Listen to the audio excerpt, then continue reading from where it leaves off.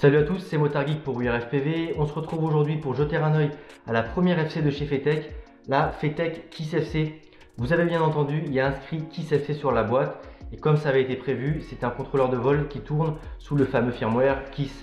Pour tout ce qui est détails, caractéristiques techniques, je pense pas que je vais tout aborder sur le banc, donc n'hésitez pas à consulter l'article de présentation que j'ai déjà publié sur le blog, dont je vous mettrai le lien dans la description de la vidéo. Cette FC, c'est pas la mienne, j'en ai acheté une bien évidemment, elle ira dans mon setup Mark IV qui a déjà des ESC 4 en 1, mais une KISS FC V2 dessus. Celle-ci, elle nous a été envoyée par Fetech, avec également donc des ESC 4 en 1 et un petit Spike Absorber que je vais vous présenter rapidement dans cette vidéo. Et donc ce combo full Fetech, il va aller dans le quad qu'on va vous offrir à Noël à l'occasion du giveaway de Noël, dont on vous a donné, je crois, jusqu'à aujourd'hui quasiment tous les détails techniques, toutes les caractéristiques et les composants qu'il y aura dans ce joli BNF, j'ai envie de dire.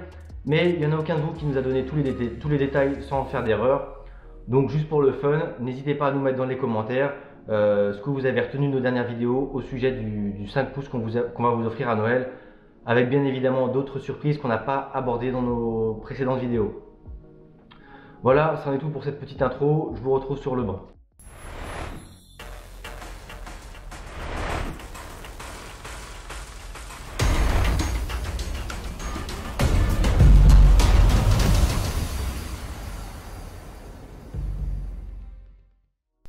Donc la FC de chez Fetech, la voilà enfin, elle est livrée dans cette petite boîte, donc qui était dans une enveloppe, même pas à bulle, mais bon peu importe, parce que là la boîte est quand même relativement solide et c'est relativement léger, donc ça passe plutôt bien.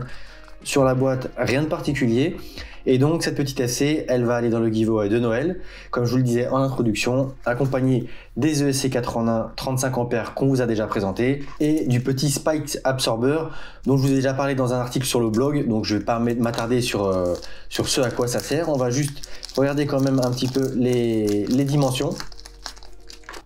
Donc vous voyez, comme vous pouvez le voir, c'est quand même pas bien gros. Voilà, derrière on a le PCB avec la marque et le modèle, donc Fetech Spike Absorber 6S maximum. Donc rapidement un petit coup quand même de pied à coulisses, mais c'est pas plus gros qu'un condensateur, hein, et donc ça va de pair avec un condensateur. On est sur du 9,7 en largeur, 22,9 en longueur et en épaisseur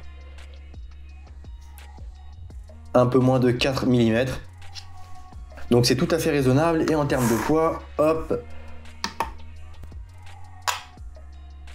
on est à seulement 1,6 g, donc rien de très grave sur une conf, que ce soit race ou freestyle. Donc ça, on va le mettre hop de côté et on va s'attaquer tout de suite à la LC, son form factor, son layout et ses fonctionnalités. Donc évidemment, elle est dans un petit pochon anti-statique. Hop, et il n'y a strictement rien d'autre dans la boîte.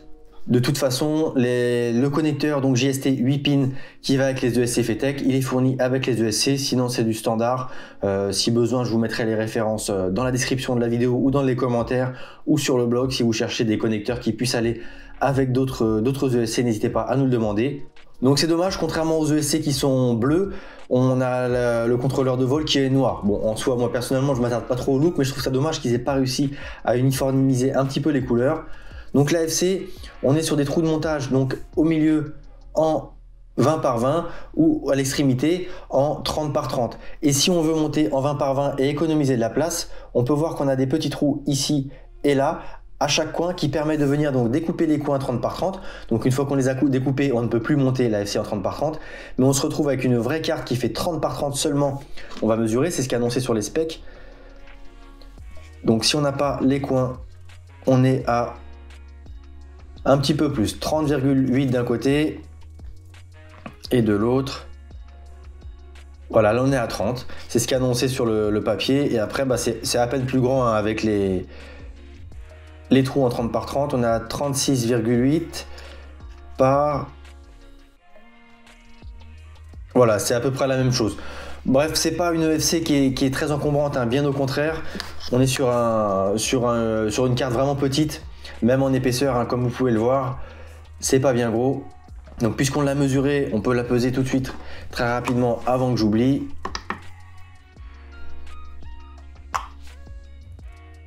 5,2 grammes, donc voilà, je dirais que c'est dans la moyenne basse de ce qu'on peut trouver dans les contrôleurs de vol, même si vous allez le voir, il n'est pas forcément le mieux doté en termes de... Je sais pas comment expliquer ça, en termes de fonctionnalité. Donc en termes de fonctionnalité, on est sur un processeur F7, c'est à peu de choses près une KISS FCV2. D'ailleurs, ça tourne avec le firmware KISS FCV2. Le gros avantage, bah voilà, c'est que ça fonctionne avec les ESC FETEC en one wire et jusqu'à des shots 2400 et une loop time à 8 kHz je crois en one wire. Je crois qu'on peut monter un peu plus lorsqu'on a les 4 fils. Mais il n'y a pas de gros intérêt parce que FETEC va s'orienter vers un développement poussé one wire si j'ai bien compris. Donc processeur F7, le gros débat, enfin la grosse déception pour de nombreux pilotes, c'est le fait qu'il n'y ait pas d'OSD malgré un port vidéo qu'on verra après en abordant le layout. Le port vidéo, il est fait pour utiliser un VTX de chez TBS, dont j'ai oublié la référence, mais c'est le VTX entre guillemets extrêmement cher, qui fait donc OSD et qui permet de piloter un petit peu tout ça. Pour les plus patients, contrairement à moi, hein, j'ai acheté une carte pour moi avec un spike absorber, mais comme je vous le disais en introduction, le modèle que je vous présente, il a été envoyé gracieusement par FETEC. Donc c'est un combo complet FC, ESC et spike absorber qui nous a été envoyé par FETEC pour le giveaway de Noël. Donc là c'est une simple présentation parce que j'ai pas encore eu le temps de monter le mien ni de le configurer, régler et tester. Donc on vous fera un WA feedback sur la FC dans pas longtemps, enfin même si j'imagine qu'a priori ce sera en 2020. Et donc pour ceux qui voudraient pas payer, pendant que j'y pense, cher les frais de port en provenance de l'Allemagne chez FETEC, aujourd'hui on a un distributeur en France qui est RC Drone 3D qui participe également au giveaway avec les moteurs de chez KO Technologies. Donc moi personnellement j'ai été trop impatient et j'ai commandé tout ça chez FETEC. Et donc je vous parlais de l'OSD, donc il n'y a pas d'OSD, il n'y a pas non plus de black box, et donc s'il n'y a pas d'OSD, je vous ai dit pour ceux qui sont plus patients, ils vont sortir une nouvelle FC donc avec un OSD et qui sait peut-être d'autres fonctionnalités.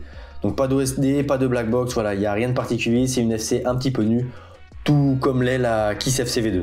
On a juste voilà, un form factor un petit peu différent. Et donc puisque j'abordais le port vidéo et le layout, on va pas y perdre plus de temps. J'ai imprimé une partie de la doc officielle, c'est une seule page. On a une doc qui est encore une fois très bien faite, hein. C'est un peu comme chez KISS, c'est relativement bien documenté, bien expliqué. Donc on a tous les pads de soudure, ce à quoi ils correspondent sur le dessus et le dessous de la carte. Donc je vais pas tous vous les lister, hein. C'est bien organisé, il y a un côté, donc on peut voir, voilà, là on a un buzzer, on a le cordon, le pad lorsqu'on est en one wire. Le one wire on le retrouve également sur le... On va mettre la carte à côté quand même.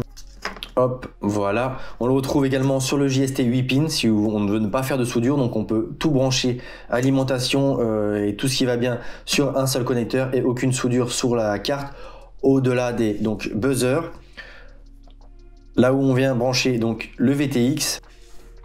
Ici on a le RX. Sur le dessus de la carte, on a un second connecteur sur lequel on retrouve de quoi piloter les LED, un UART, une alim en 5 volts, un VBAT et une masse. Ensuite, au chaque coin de la carte, on retrouve pour ceux qui auraient des ESC séparés un pad signal et un pad masse, donc pour brancher des ESC avec une PDB bien évidemment. Ici, on retrouve l'alimentation pour ceux qui voudraient souder de la FC. Et petite particularité donc du design de cette FC, c'est qu'on a ici de quoi accueillir un TBS Unify Nano et ici un Crossfire Nano. Donc je vous montrerai les démontages qui ont déjà été postés dans les commentaires d'ailleurs du post de la disponibilité de la carte FC FETEC. Démontage donc avec la FC, le VTX, le RX et juste en dessous les ESC et ça fait un montage extrêmement fin, tout intégré. Et voilà, c'est relativement pratique. Je dis relativement parce que moi je suis pas fan des soudures, donc faut mettre les pins pour le VTX. Et je trouve que c'est pas super simple à dessouder quand c'est petit et proche comme ça et qu'il y en a surtout plusieurs. Mais sachez qu'on peut le faire. Je vous incrusterai une petite photo soit dans la vidéo, soit je vous mettrai ça dans l'article sur le blog. En regardant mes notes, je m'aperçois que j'ai oublié de vous parler du prix. Donc c'est simple, la FC elle est au même prix que les ESC, c'est 55 € chez FETEC. Et le Spike Absorber, donc voilà, pour avoir un petit titre, une petite comparaison. Vous voyez, là on a la PCB qui est bleue comme les ESC à côté de la PCB noire sur la FC. Et donc le Spike Absorber il est à 4,99 € toujours chez FETEC. Donc après peut-être que les prix différeront un peu selon les différents revendeurs, que ce soit à l'étranger ou en France. Et donc voilà, après on est quand même sur une FC classique, hein, on a compatibilité Smart Audio, un port buzzer, de quoi piloter des LED, là aussi, soit sur le connecteur, soit sur le pad à souder. C'est relativement complet, voilà, je dirais ce qui manque, c'est principalement un OSD et éventuellement une black box, mais ça on s'en sert quand même moins souvent, et on peut toujours mettre un logger en serial sur un UART et faire de la black box. Donc là-dessus il n'y a pas de souci, c'est juste que c'est externe. Et je vous ai pas parlé du gyroscope, hein, mais KISS, Flyvino, FETEC, vous connaissez un petit peu la politique. Actuellement, ils n'ont rien trouvé de mieux que le MPU 6000. Je vous remettrai le petit article que j'avais rédigé à ce sujet-là sur la comparaison des gyros par Flyvino à l'époque, plutôt KISS, l'équipe KISS, les développeurs KISS qui était chapeauté par Flyvino et donc qui aujourd'hui sont partis chez FETEC. Hein. Je vous refais pas l'histoire, je vous ai déjà fait un bel article sur le blog à ce sujet-là, basé sur l'interview de Philippe Sedel. Sur ce, je pense que je vais conclure cette petite vidéo banc, hein, qui n'était donc qu'une overview. On va faire quand même un petit zoom donc sur la FC pour que vous puissiez voir de plus près à quoi ça ressemble. Et franchement, encore une fois, ça respire la qualité. Espérons que ce soit robuste et fiable dans le temps. Et c'est relativement polyvalent pour les montages. Donc voilà, du beau matos et de beaux vols en perspective. Sur ce, je vous dis à très bientôt sur la chaîne. C'était Motard Geek pour We Are FPV.